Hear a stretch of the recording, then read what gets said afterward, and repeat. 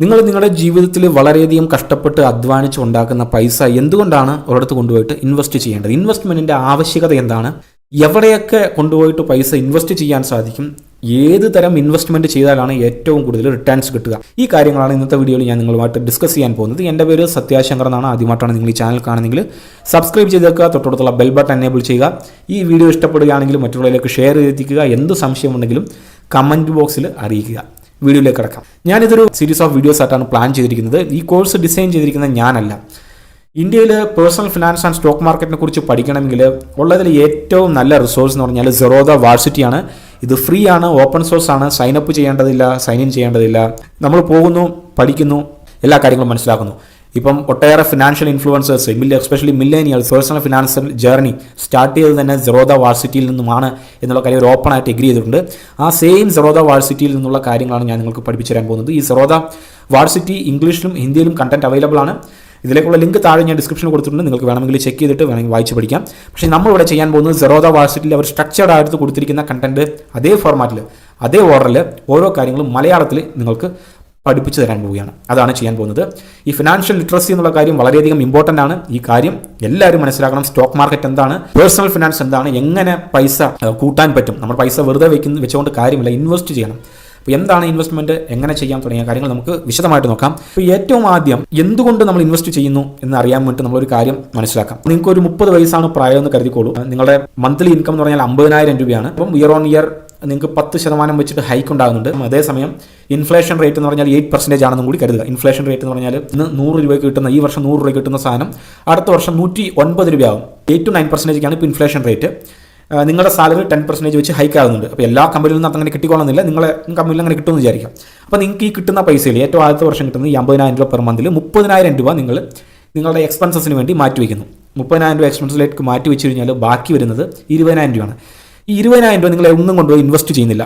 Okay, സിസ്റ്റമാറ്റിക്കായിട്ട് എങ്ങും invest ചെയ്യാതെ നിങ്ങൾ പിഗ്ഗി ബാങ്കിൽ ഒരു കുടുക്കകത്ത് ഇട്ട് വയ്ക്കുന്ന പോലെ അലമാരിക്കത്തോ എവിടെയെങ്കിലുമൊക്കെ സൂക്ഷിച്ച് വെച്ചിരിക്കുന്നു. ഓക്കെ, പത്മനാഭസ്വാമി ക്ഷേത്രത്തിലൊക്കെ ഈ നിലവറയിൽ, ബി നിലവറയിലൊക്കെ വെച്ചിരിക്കുന്ന പോലെ നിങ്ങൾ ഏതോ ഒരു നിലവറയിൽ ഈ പൈസ എല്ലാം ഇങ്ങനെ സൂക്ഷിച്ച് വെച്ചിരിക്കുന്നു. അങ്ങനെ സൂക്ഷിച്ച് വെച്ച് കഴിഞ്ഞാൽ 20 വർഷം കഴിഞ്ഞിട്ട് നിങ്ങൾക്ക് 50 വയസ്സാകുമ്പോൾ നിങ്ങൾ റിട്ടയർമെൻറ്റ് ചെയ്യാൻ നിങ്ങൾ പ്ലാൻ ചെയ്തു എന്ന് വിചാരിക്കാം. ഈ റിട്ടയർമെൻറ്റ് ചെയ്യുന്ന സമയത്ത് നിങ്ങളുടെ കയ്യിൽ എത്ര രൂപ ഉണ്ടാകുമെന്നറിയോ? അപ്പോൾ ആ ഒരു കാൽക്കുലേഷനാണ് ഇവിടെ കാണിച്ചിരിക്കുന്നത്. ഇപ്പോൾ ഓരോ വർഷവും നിങ്ങൾക്ക് ലഭിക്കുന്ന ഇൻകം, അതിൽ നിന്നുള്ള എക്സ്പെൻസ് ഇത്രയായിരിക്കും, നിങ്ങൾ സേവ് ചെയ്ത് വെച്ചിരിക്കുന്ന ക്യാഷ് ഇത്രയാണ് എന്നുള്ള കാര്യം മൊത്തം കൂടി കാൽക്കുലേറ്റ് ചെയ്ത് വെച്ചിട്ട് 20 വർഷത്തിൻ്റെ എൻഡിൽ നിങ്ങളുടെ കയ്യിലുണ്ടാകാൻ പോകുന്ന തുക എന്ന് പറഞ്ഞാൽ 1,78,00,000 രൂപയാണ്. 1.7 നിയർലി 1.8 crore. അപ്പോൾ 1,80,00,000 രൂപ നിങ്ങൾ 20 വർഷം കൊണ്ട് നിങ്ങളുടെ കയ്യിലുണ്ടാകും. പക്ഷേ ഈ 1,80,00,000 രൂപ എന്ന് പറഞ്ഞാൽ അന്നത്തെ കാലഘട്ടത്തിൽ വലിയ തുകയാണോ എന്ന് ചോദിച്ചാൽ വലിയ തുകയൊന്നുമല്ല. ഇപ്പോൾ 20 വർഷം കഴിഞ്ഞിട്ട് ഇൻഫ്ലേഷൻ റേറ്റും 8% വെച്ച് കൂടി വരികയാണ്. നിങ്ങളുടെ ജീവിത ചെലവും വല്ലാണ്ടങ്ങ് കൂടും.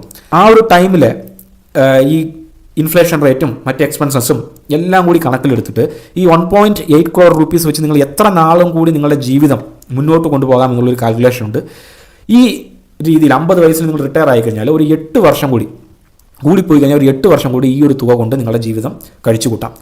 8ാമത്തെ വർഷം മുതൽ എന്ത് ചെയ്യണമെന്നറിയാതെ വീണ്ടും നമ്മൾ വളരെയധികം ഫിനാൻഷ്യലി ടൈറ്റ് ആയിട്ടുള്ള സിറ്റുവേഷനിലേക്ക് വരും. മനസ്സിലായോ?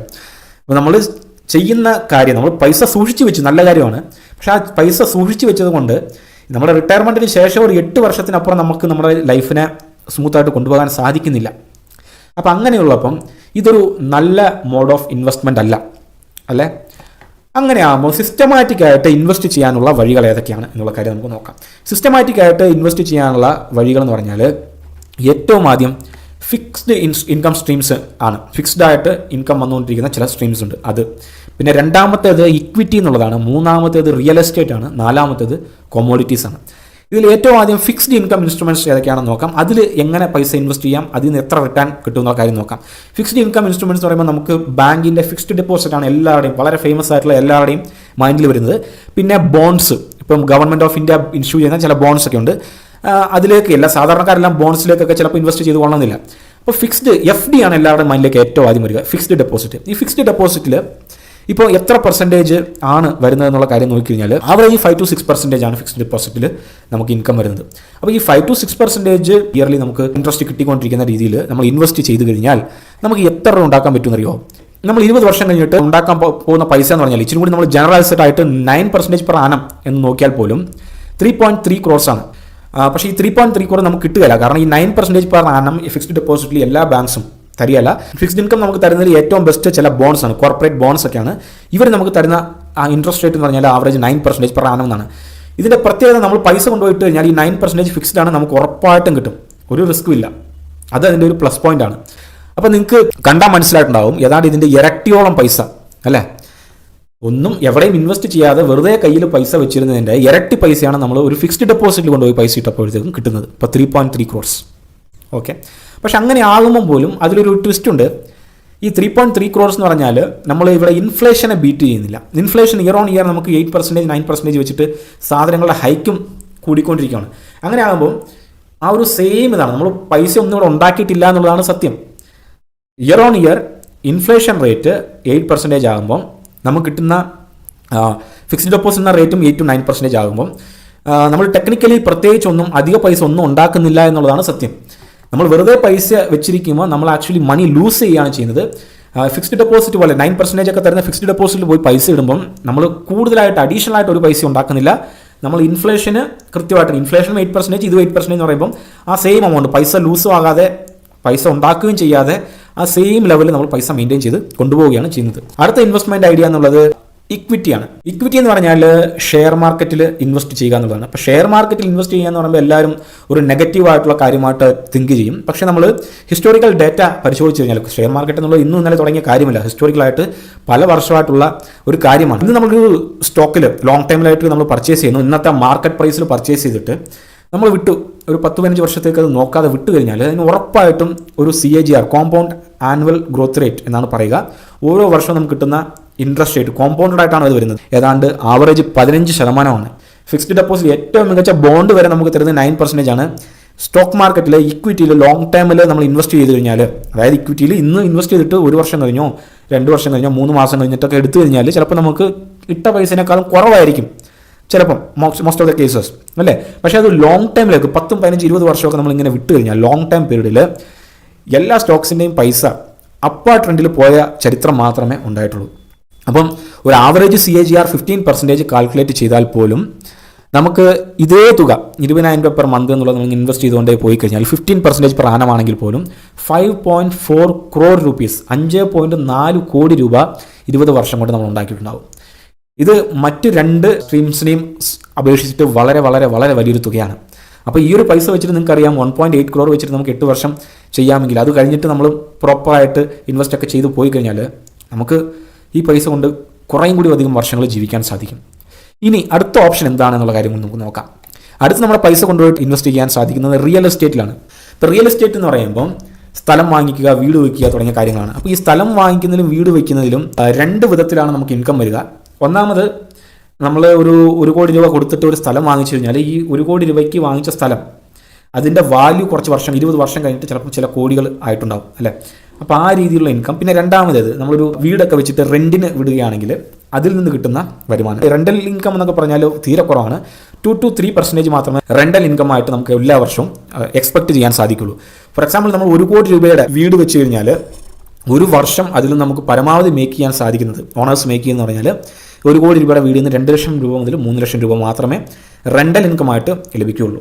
സോ അത് ഇൻഫ്ലേഷനെ ബീറ്റ് ചെയ്യുന്നില്ല. അല്ല, ആ റെൻ്റൽ ഇൻകമിനെ മാത്രം ആശ്രയിച്ചിരിക്കുന്നത് ബുദ്ധിപരമായിട്ടുള്ള ഒരു ഇൻവെസ്റ്റ്മെൻ്റ് അല്ല. പിന്നെ റിയൽ എസ്റ്റേറ്റിനെ സംബന്ധിച്ച് മറ്റൊരു പ്രശ്നം എന്ന് പറഞ്ഞാൽ നമുക്ക് പെട്ടെന്ന് അത് ലിക്വിഡേറ്റ് ചെയ്യാൻ സാധിക്കില്ല. നമ്മൾ ഇന്ന് സ്ഥലം വാങ്ങിച്ചു കഴിഞ്ഞാൽ ഒരു പെട്ടെന്ന് അർജൻറ്റായിട്ട് ഒരു 2 വർഷം കഴിഞ്ഞിട്ട് വിൽക്കണം എന്ന് വിചാരിച്ചാൽ പോലും നമുക്ക് വിൽക്കാൻ സാധിക്കില്ല. 20 വർഷം കഴിഞ്ഞാണെങ്കിൽ പോലും അത് വിൽക്കണമെങ്കിൽ അതിനൊരു കുറേയധികം പ്രോസസ്സുണ്ട്. കറക്റ്റായിട്ട് കൃത്യമായിട്ട് വാങ്ങാനുള്ള ആളുകൾ വരണം, അവരെ തേടി കണ്ടുപിടിക്കണം, അങ്ങനെ കുറേയധികം കാര്യങ്ങളുണ്ട്. അതൊരു ന്യൂനതയാണ്. അടുത്ത മോഡ് ഓഫ് ഇൻവെസ്റ്റ്മെൻറ്റ് എന്നുള്ളത് കൊമ്മോഡിറ്റിയാണ്. കൊമ്മോഡിറ്റി ബുള്ളി എന്ന് പറയുമ്പോൾ പ്രഷ്യസ് മെറ്റൽ, ഗോൾഡിലും സിൽവറിലും ഒക്കെ. സ്വർണം നമുക്ക് ഇൻവെസ്റ്റ് ചെയ്യാൻ സാധിക്കുന്നത്, സ്വർണ്ണത്തിൽ ഇൻവെസ്റ്റ് ചെയ്യാൻ നമുക്ക് 2 വഴികളാണുള്ളത്. ഒന്ന്, ജ്വല്ലറി ആയിട്ട് വാങ്ങിച്ച് വെക്കാം. ഈ ജ്വല്ലറി ആയിട്ട് വാങ്ങിച്ച് വെക്കുമ്പോൾ അതിൽ കുറേ കാര്യം നമ്മൾ ഈ മേക്കിംഗ് ചാർജ് ആയിട്ട് എക്സ്ട്രാ കുറേ പൈസ കൊടുക്കും. അതുകൊണ്ട് ആ ഒരു ഇൻവെസ്റ്റ്മെൻ്റ് ഒക്കെ വർത്ത്ലെസ് ആണ്. ശരിക്കും നമ്മൾ ഇൻവെസ്റ്റ്മെൻറ്റ് നമുക്ക് റിട്ടേണിനെ നോക്കിയിട്ടാണ് ഇൻവെസ്റ്റ് ചെയ്യുന്നതെങ്കിൽ sovereign gold bonds, exchange traded funds ഒക്കെ ആയിട്ട് നമുക്ക് ഇൻവെസ്റ്റ് ചെയ്യാൻ സാധിക്കും. ജ്വല്ലറി കൂടാതെ ഇങ്ങനെയും നമുക്ക് ഇൻവെസ്റ്റ് ചെയ്യാൻ സാധിക്കും. ഇങ്ങനെ ഇൻവെസ്റ്റ് ചെയ്യുമ്പോൾ നമ്മൾ കൊടുക്കുന്ന പൈസയ്ക്ക് 100% വർത്തായിട്ടുള്ള ഗോൾഡ് നമുക്ക് ലഭിക്കും. അപ്പോൾ ഈ ഒരു ഗോൾഡിൽ അതേപോലെ സിൽവറിലൊക്കെ ഇൻവെസ്റ്റ് ചെയ്യുമ്പം ഇതിൽ കഴിഞ്ഞ 20 വർഷമായിട്ട് നോക്കിയിരിക്കുന്ന ട്രെൻഡ് എന്ന് പറഞ്ഞാൽ ഇയർ ഓൺ ഇയർ ഒരു CAGR വന്നിരിക്കുന്നത് 5 to 8% ആണ്, ആവറേജ് 5 to 8% ആണ്. അപ്പോൾ ആ ഒരു കണക്കെടുത്ത് നോക്കിയാൽ പോലും നമ്മുടെ ഫിക്സ്ഡ് ഡെപ്പോസിറ്റിൽ FDയിൽ ഇടുന്ന ഏതാണ്ട് അതേ രീതിയിലുള്ള റിട്ടേൺസ് ആണ് ഗോൾഡിലും സിൽവറിലും നമുക്ക് ലഭിക്കുന്നത്. ഗോൾഡിലൊക്കെ ഇൻവെസ്റ്റ് ചെയ്ത് കഴിഞ്ഞാൽ നമുക്ക് കിട്ടുന്ന കാൽക്കുലേറ്റ് ചെയ്ത് കാണിച്ചിട്ടുണ്ട്. 8% പെർ ആനം വെച്ച് നമുക്ക് നോക്കിയാൽ പോലും 20 വർഷം കഴിഞ്ഞിട്ട് 20,000 രൂപ പെർ മന്ത് എന്നുള്ള രീതിയിൽ നമ്മൾ ഇൻവെസ്റ്റ് ചെയ്തുകൊണ്ട് കഴിഞ്ഞാൽ കിട്ടാൻ പോകുന്ന പൈസ 3.09 crores ആണ്. ഒരു 4 തരത്തിലുള്ള ഇത് നോക്കി ഏറ്റവും ആദ്യം ഇൻവെസ്റ്റ്മെൻറ്റ് ഒന്നും ചെയ്യാതെ വെച്ചിരുന്നു കഴിഞ്ഞാൽ ജസ്റ്റ് 1.8 crore rupees മാത്രമേ കിട്ടുകയുള്ളൂ.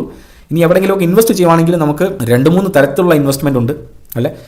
ഏറ്റവും ആദ്യം ഫിക്സ്ഡ് ഡെപ്പോസിറ്റ് പോലെയുള്ള ഫിക്സ്ഡ് ഇൻകം ഇൻസ്ട്രുമെൻറ്റ്സിൽ ഇൻവെസ്റ്റ് ചെയ്യാം. രണ്ടാമത്തേത് ഇക്വിറ്റിയിൽ ഇൻവെസ്റ്റ് ചെയ്യാം. പിന്നെ റിയൽ എസ്റ്റേറ്റിൽ ഇൻവെസ്റ്റ് ചെയ്യാം. കൊമ്മോഡിറ്റിയിൽ ഇൻവെസ്റ്റ് ചെയ്യാം. അപ്പോൾ ഇത്രയും നമ്മൾ നോക്കിക്കഴിഞ്ഞപ്പോൾ നമ്മൾ ഉറപ്പായിട്ടും തീർച്ചയായിട്ടും പറയാൻ കഴിയുന്ന ഒരു കാര്യം എന്ന് പറഞ്ഞാൽ ഇക്വിറ്റിയിൽ സിസ്റ്റമാറ്റിക്കായിട്ട് ഇൻവെസ്റ്റ് ചെയ്യുന്നത് തന്നെയാണ് ഏറ്റവും ബെസ്റ്റ് ആയിട്ടുള്ള ഓപ്ഷൻ. ഈ 15% CAGR എന്നുള്ളത് മോസ്റ്റ് ഓഫ് ദ കേസസ് പല കേസിലും 20%, 40% വരെ ആകാൻ. ഇതിനെയൊക്കെ നമ്മൾ മൾട്ടി ബാഗർ സ്റ്റോക്സ് എന്നൊക്കെയാണ് പറയുക. നിങ്ങൾ ഇതുവരെ സ്റ്റോക്ക് മാർക്കറ്റിൽ പാർട്ടിസിപ്പേറ്റ് ചെയ്തിട്ടില്ല എങ്കിൽ ലോങ് ടൈം ഇൻവെസ്റ്റ്മെൻറ്റ് എങ്കിലും ചെയ്യാൻ വേണ്ടി, ലോങ് ടൈം ഇൻവെസ്റ്റ്മെൻറ്റ് എല്ലാവരും തന്നെ ചെയ്യണം. ഇന്ത്യയിൽ ഏറ്റവും മികച്ച കുറേയധികം സ്റ്റോക്സ് ഉണ്ട്. ഈ സ്റ്റോക്സിൽ നിങ്ങൾ ഉറപ്പായിട്ടും ഇൻവെസ്റ്റ് ചെയ്യണം, ലോങ് ടൈമിലേക്ക് ഇൻവെസ്റ്റ് ചെയ്യണം. എങ്കിൽ മാത്രമേ നമുക്ക് ഇൻഫ്ലേഷനെ ബീറ്റ് ചെയ്തിട്ട് നല്ലൊരു ലൈഫ് സ്റ്റൈൽ ലീഡ് ചെയ്യാൻ സാധിക്കുള്ളൂ. അപ്പോൾ നമ്മൾ മെയിനായിട്ട് ഇൻവെസ്റ്റ് ചെയ്യുന്നത് നമ്മുടെ ഈ 3 കാര്യങ്ങൾക്ക് വേണ്ടിയാണ്. ഇൻഫ്ലേഷനെ ഫൈറ്റ് ചെയ്യാൻ വേണ്ടിയിട്ട്, ക്രിയേറ്റ് വെൽത്ത് സമ്പാദ്യം ഉണ്ടാക്കാൻ വേണ്ടിയിട്ട്, ബെറ്റർ ലൈഫ് നമുക്ക് അടിച്ചു പൊളിച്ച് ജീവിക്കാൻ വേണ്ടിയിട്ട്. ഈ നല്ല രീതിയിലുള്ള ലൈഫ് നമ്മൾ വിചാരിച്ച പോലെ ലീഡ് ചെയ്യണമെങ്കിൽ തീർച്ചയായിട്ടും ഇൻവെസ്റ്റ്മെൻറ്റ് ചെയ്യണം. ഇപ്പോൾ ഉള്ളതിൽ ഏറ്റവും മികച്ച ഇൻവെസ്റ്റ്മെൻറ്റ് ഓപ്ഷൻസ് എന്ന് പറഞ്ഞാൽ ലോങ് ടൈമിലാണ് നമ്മൾ പ്ലാൻ ചെയ്യുന്നതെങ്കിൽ അത് ഒബ്വിയസ്ലി സ്റ്റോക്ക് മാർക്കറ്റിൽ ഇക്വിറ്റിയിൽ ലോങ് ടൈമിലേക്ക് ഇൻവെസ്റ്റ് ചെയ്യുക എന്നുള്ളതാണ്. അപ്പോൾ ഇക്വിറ്റിയിൽ ലോങ് ടൈമിലേക്ക് ഇൻവെസ്റ്റ് ചെയ്യണമെങ്കിൽ നമുക്കൊരു ഡിമാറ്റ് അക്കൗണ്ട് എടുക്കണം. ഡിമാറ്റ് അക്കൗണ്ട് നമുക്ക് അപ്സ്റ്റോക്സിൽ മാലീസ് ബ്ലൂ, സിറോദ പോലെ ഒട്ടേറെ ബ്രോക്കേഴ്സ് ഉണ്ട്. ഞാൻ സജസ്റ്റ് ചെയ്യുന്നത് അപ്സ്റ്റോക്സ്, മാലീസ് ബ്ലൂ ഒക്കെയാണ്. അതിൻ്റെ ലിങ്ക് താഴെ ഡിസ്ക്രിപ്ഷനിൽ കൊടുത്തിട്ടുണ്ട്. അതേപോലെ പിൻ ചെയ്ത് വെച്ചിരിക്കുന്ന കമൻറ്റിലും ഉണ്ട്. അവിടെ പോയിട്ട് നിങ്ങൾ അക്കൗണ്ട് ഓപ്പൺ ചെയ്യാവുന്നതാണ്. ഈ വീഡിയോ നിങ്ങൾക്ക് ഉപകാരപ്രദമായിരുന്നുവെങ്കിൽ ലൈക്ക് ചെയ്യുക, കമൻറ്റ് ചെയ്യുക, മറ്റുള്ളവരിലേക്ക് ഷെയർ ചെയ്ത് എത്തിക്കുക. വീഡിയോ കണ്ടതിന് നന്ദി, നമസ്കാരം.